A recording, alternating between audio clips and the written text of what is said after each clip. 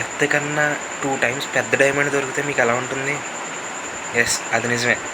స్పేస్‌లో ఎర్త్ కన్నా 2 టైమ్స్ పెద్దగా ఉన్న ఒక ప్లానెట్ మొత్తం అంతా డైమండ్ తోటి తయారై ఉంది. దాని పేరు 55 క్యాన్సిర్ ఈ.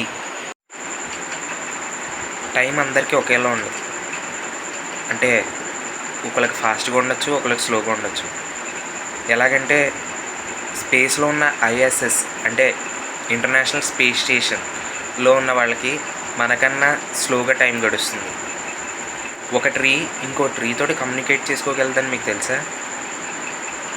యెస్, ట్రీస్ అండర్ గ్రౌండ్ ఫంగస్ని యూజ్ చేసుకుని ఒకదానితో ఒకటి కమ్యూనికేట్ చేసుకోగలవు.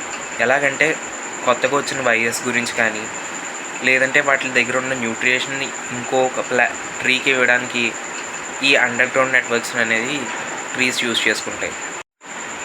ట్రీస్ యూజ్ చేసుకుని ఈ అండర్ గ్రౌండ్ నెట్వర్క్ని వుడ్ వైడ్ వెబ్ అంటాం. మనుషులు సూసైడ్ చేసుకోవడం అయితే మనం చాలాసార్లు వినుంటాం. కానీ యాంట్స్ సూసైడ్ చేసుకోవడానికి ఒక ఫంగస్ కారణం అని మీకు తెలుసా? అవును, యాంట్స్ సూసైడ్ చేసుకోవడానికి ఓఫియోకార్డైసిస్ అనే ఒక ఫంగస్ కారణం.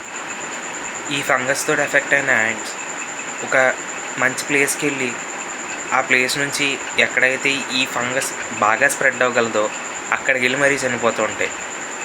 మామూలుగా మెటల్ని నీటిలో వేస్తే ఏమవుతుంది? మునిగిపోతుంది. కానీ కొన్ని మెటల్స్ వాటర్ పైన తేలగలవు అని తెలుసా?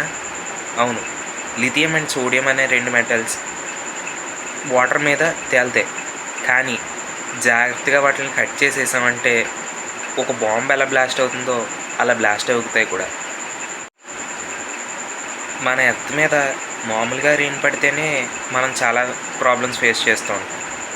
అలాంటిది హెచ్డి 1897 33b అనే ఒక ప్లానెట్ మీద గాజు సైడ్ వైజ్గా, అంటే పైనుంచి కిందకి కాదు, సైడ్ వైజ్గా 8700 km/h స్పీడ్తో ట్రావెల్ చేస్తూ ఉంటాయి. ఈ వర్షం ఎంత దారుణంగా ఉంటుందో ఒకసారి ఆలోచించుకోండి. మీకు ఇంకా ఏమైనా ఇంట్రెస్టింగ్ తెలియని క్వశ్చన్స్ కానీ ఉంటే కామెంట్ చేయండి.